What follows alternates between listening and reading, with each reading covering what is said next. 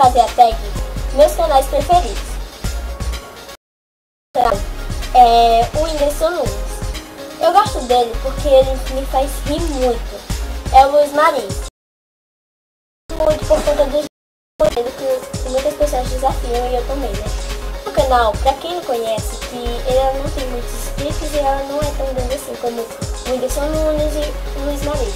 Eu gosto também do estilo Lawane.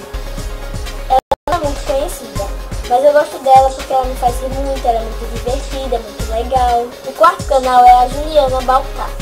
Ela faz muitas coisas diversas e eu gosto muito disso. O canal é a Dani Russo, porque ela é muito engraçada, gente. Não sei se vocês conhecem, mas vocês precisam conhecer ela, porque ela é muito engraçada, muito legal, muito divertida e entre outras coisas. O sexto canal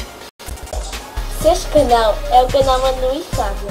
Pra quem não conhece, elas são duas primas que fazem um canal juntas. E ela faz muitas tags, desafios e por conta disso eu gosto. É a Julia Maniguel. Eu acho que vocês não conhecem ela muito por causa que ela é mais de jogos, Minecraft, e eu jogo muito isso. E eu gosto muito de Minecraft, Roblox, The Sims. Aí por conta disso eu gosto dela também. O canal é o Resendível. Eu acho que vocês conhecem ele, porque... Mas eu acho que vocês não conhecem, ela conhece, né? Depende das pessoas que assistem. Ele faz Minecraft, ele faz tag, desafios. Só que o que eu mais gosto nele é porque ele faz muitas coisas com a Moeba e isso é muito legal. O nono canal é o Authentic Game.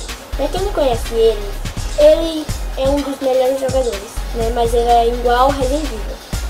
Ele aplica mods no Minecraft, ele joga jogos de terror. Eu gosto muito, por causa que é Minecraft, né, gente? Eu tenho medo de filme de terror, mas como é Minecraft, tudo vai dar também. Tem o JR Mix. Pra quem não conhece, que é o JR Mix. Pra quem não conhece eles jogam jogos também. Eles jogam The Sims, Roblox, GTA, Minecraft, um monte de jogos.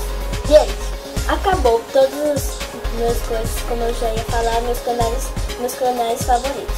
Eu só vim falar porque vocês devem ter percebido que a maioria dos canais são todos de jogos, assim, Minecraft, Roblox, essas coisas. Mas eu gosto por causa que eu jogo e eu gostei muito. Então a maioria dos meus canais favoritos são assim.